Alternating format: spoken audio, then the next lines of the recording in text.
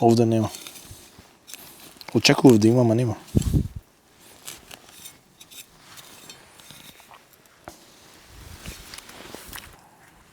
Боровиот четник е инсект кој е често застапен во нашите шуми. Како што кажува и самото име, тој е присутен во шумите од бор. А во наши услови најнападнат е црниот бор, меѓутоа во принцип ги напаѓа тоа сите борови.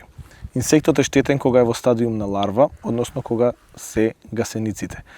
Гасениците ги формираат специфичните гасенични гнезда, кои што може да ги видиме тука. Овие што ги гледаме тука се зимските гасенични гнезда, односно инсектот ги формира поради справување со ниските зимски температури, што значи да ја преживее зимата. Во овој случај како што е сега, кога гасениците се спремни за закоклување, веќе имаат конзумирано големи количини на храна, односно игличкиот бор.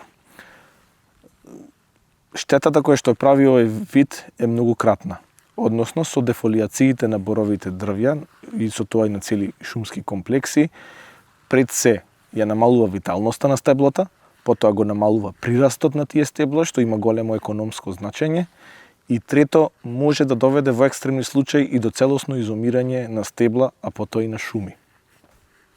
Во овој случај што го имаме тука, бројот на гасенични гнезда по стебло е околу 2, нешто над 2, околу 2,2, и во тој случај може да го сметаме за средно јак напад. Секако, тоа не значи дека секое стебло има по 2 гасенични гнезда, на рабните стебла има повеќе, дури 5 и 6 по едно стебло, додека пак на тие што се во средината на шумата има многу помалку. Тоа исто така се должи на тоа бидејќи тие стебла што се во средината на шумата имаат помалку допир до светлина. Најчесто тој број е некаде околу 200, меѓутоа во наши случаи може да се искачи и над 500.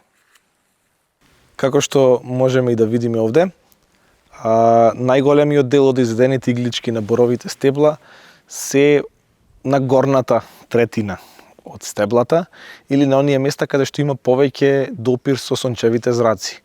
Тоа е така бидејќи овој вид е термофилен и фотофилен, односно сака позиции кои што се потопли.